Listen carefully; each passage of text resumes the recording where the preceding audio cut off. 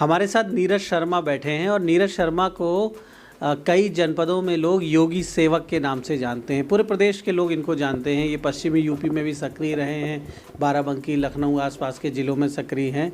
और योगी सेवक ये कैसे हो गए, एक रोचक कहानी है। 2015 के पहले ये भी जीन्स टी शर्ट और आधुनिक कपड़े पहनते थे, लेकिन 2015 में योगी आदित्यनाथ से जब इनकी मुलाकात हुई, उसके बाद इन्होंने अपने जीवन में एक संकल्प ले लिया, एक व्रत ले लिया, योगी आदित्यनाथ को अपना गुरु मान लिया और तब से योगी की वेशभूषा धारण कर ली है। तो इनसे मुलाकात आपकी होगी, बहुत रोचक मुलाकात होने वाली है। बहुत सी ऐसी बातें बताएंगे जो जानकर आप दंग रह जाएंगे। नीरज, आप कैसे योगी बन गए, पहले अपना परिचय बताएं। आप कहाँ के रहने वाले हैं, क्या फैमिली बैकग्राउंड है? देखिए, नाम नीरज शर्मा है और जन्म स्थली हमारी मेरठ है। मेरठ ज़िले का गांव पड़ता है पांचली बुजुर्ग। और धर्म स्थली जो एक नया मार्ग हमें प्रशस्त हुआ, हमें कर्म क्षेत्र मिला, वो हमारी धर्म स्थली है गोरखनाथ मंदिर, गोरखपुर। योगी आदित्यनाथ जी से कब और पहली मुलाकात कब हुई और कैसे आप इतना प्रभावित हो गए कि आप एक सामान्य युवा का जीवन जी रहे थे, फिर आप योगी बन गए? देखिए, 2015 से हम परम पूजनीय गुरु जी के सानिध्य में आए। जिस प्रकार टीवी पे देखते थे उनके विचारों को, हिंदुत्व के प्रति क्षेत्र में, देश में, प्रदेश में एक माहौल था कि हिंदुओं से सब घृणा करते थे, देवी देवताओं के प्रति अभद्र टिप्पणियाँ होती थी। पर लेकिन जब वो हिंदुत्व की बात करते थे तो कहीं ना कहीं युवा थे, अब से 7 वर्ष पूर्व, तो एक जोश आता था हिंदुत्व के नाम पर कि कोई इंसान तो है जो हिंदुत्व की बात करता है। आपकी वेशभूषा, आपकी भाषा शैली, आपकी बॉडी लैंग्वेज सब कुछ योगी आदित्यनाथ से मेल खा रही है। तो ये प्राकृतिक रूप से हुआ, स्वाभाविक हुआ, या इसके लिए बहुत मेहनत की आपने? देखिए, मैच खाने की कोई तर्क नहीं है इसमें, तो आपका नज़रिया, आप किस नज़रिए से देखते हैं।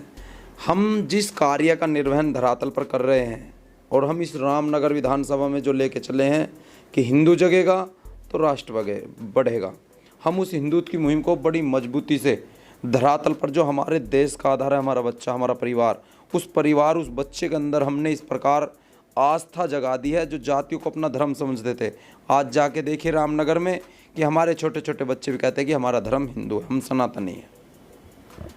तो आप एक मिशन पे काम कर रहे हैं, हिंदुओं को संगठित करना, जागरूक करना, ये मिशन आपने निर्धारित किया है। तो क्या योगी आदित्यनाथ से प्रेरणा मिली इस मिशन की?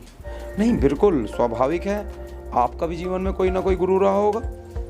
बाकी सबका अपना एक आदर्श होता है, जीवन का प्रतिबिंब होता है, जिसके देखे रास्ते पर, बताए रास्ते पर, या इंसान देखता है कि हाँ कहीं कुछ परिवर्तन है, कहीं ना कहीं किसी को अपना प्रतिबिंब मानकर, गुरु मानकर जीवन में आगे निर्वहन करता है। तो क्या लग रहा है, योगी जी दोबारा सत्ता मिलने वाली है उनको? आ रहे हैं दोबारा मुख्यमंत्री बन के? देखिए, इतना बड़ा तो मैं भविष्य का ज्ञाता नहीं हूँ। आप सीधे कहेंगे, अगर मैं गुरु के बारे में कहूँगा तो आप तो मेरी आस्था समझेंगे ही, लेकिन ये तो भविष्य के गर्भ में है, भगवान के अधीन है। हम तो एक छोटे से कार्यकर्ता हैं, समाज सेवी हैं, जो समाज को जोड़ने का, हिंदुत्व की मुहिम को बढ़ाने का कार्य कर रहे हैं। अच्छा योगी जी, आप रामनगर विधानसभा से निर्दलीय चुनाव लड़ रहे हैं, तो योगी आदित्यनाथ से इतना प्रेम है, आप उन्हें गुरु मानते हैं, उनकी पार्टी से आपने टिकट क्यों नहीं मांगा, भाजपा से क्यों नहीं प्रयास किया?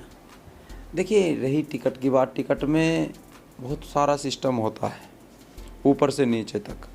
और एक दोहा है, मैं बताऊंगा आपको, पंडित दीनदयाल उपाध्याय जी का।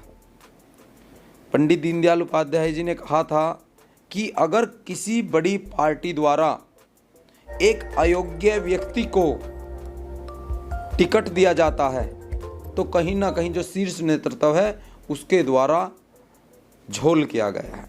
ऐसी परिस्थिति में जो आम मतदाता है उसका कर्तव्य बनता है कि जो एक प्रतिष्ठित अच्छा व्यक्ति है, समाज सेवी है, उसको अवसर देना चाहिए। पृष्ठ संख्या 151 और 1961 का उनका उल्लेख है। ये आप रामनगर विधानसभा में चुनाव लड़ रहे हैं, क्या मुद्दे हैं, क्या वादा कर रहे हैं, वहाँ की जनता क्यों आपको वोट देगी, क्यों अपना विधायक बनाएगी, क्या दावे आप कर रहे हैं और क्या वहाँ के क्षेत्र के लिए, वहाँ के विकास के लिए आपके मन में क्या योजना है? देखिए, वादे अभी हमने आपसे पहले बताया था। हमारा आधार हमारा धर्म है, और जो पौराणिक धार्मिक स्थल हमारे इस देवरूपी क्षेत्र में है, हमारे क्षेत्र के अलावा कहीं पूरी दुनिया में नहीं है, तो हम चाहते हैं उनका सम्मान उनको मिलना चाहिए। हमारा क्षेत्र रामनगर से रामनगरी बनना चाहिए, क्योंकि अगर हम बात करें, एक परिजात वृक्ष ऐसा वृक्ष है जो हमारे क्षेत्र के अलावा कहीं पूरी दुनिया में नहीं है। दूसरा, श्री लोधेश्वर महादेवा की बात करें तो ये वो स्थल है, नाम बड़ा दर्शन छोटे। और रही विकास के मुद्दे, आप हमसे पूछ रहे हैं, विकास के मुद्दे तो आप धरातल पर देखना, जो हमारा आज हिंदू समाज परेशान है खुला जानवरों से, तो हम उसकी मुहिम को एक बड़े स्तर पर लेके चल रहे हैं कि जो उत्तर प्रदेश सरकार द्वारा हमारे गुरुजी द्वारा गौशालाएं खोली गई हैं, उनमें जो भ्रष्टाचार चरम पर है, हम उस पर भी प्रतिबंध करेंगे। और इसके साथ साथ जो हमारा क्षेत्र 35 साल पीछे पिछड़ा हुआ है, अगर हम इस मुहिम को परिजात वृक्ष का हम उस स्तर पर प्रचार प्रसार करेंगे जिससे पूरे विश्व में नाम हो और दूर दूर से पर्यटक यहाँ दर्शन करने आए। तो पर्यटन के माध्यम से रामनगर क्षेत्र को, रामनगर विधानसभा को मजबूत करना चाहते हैं।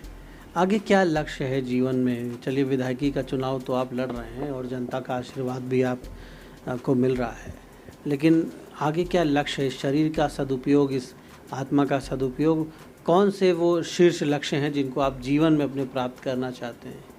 जीवन में देखिए, जीवन आधी शायद उम्र आगे हो भी नहीं, कितनी है कितनी नहीं, इतना लोग सोचते हैं। अब आपने राजनीति में कदम रखा है, बहुत से लोग जब राजनीति में पहला कदम रखते हैं तो उनके मन में होता है कि भाई आज विधायक बने, कल कैबिनेट मंत्री बने, परसों मुख्यमंत्री बने, और किस्मत चमक जाए तो प्रधानमंत्री बने। लोग महत्वाकांक्षाएं तो रखते ही हैं। देखिए, हमारी महत्वाकांक्षा नहीं है। अगर जो हमारे लोग जुड़े जनता जनार्दन हैं, उन्होंने कहा गुरुजी आप मैदान में आइए, कई हज़ार लोग उस दिन आपके आवास पर यहाँ एकत्रित हुए, उन्होंने कहा कि आप मैदान में आइए, चुनाव लड़िए। हमने कई बार मना किया, 2 दिन उन्होंने नहीं मुहिम को रुकने दिया, उन्होंने कहा नहीं आप निर्दलीय आइए।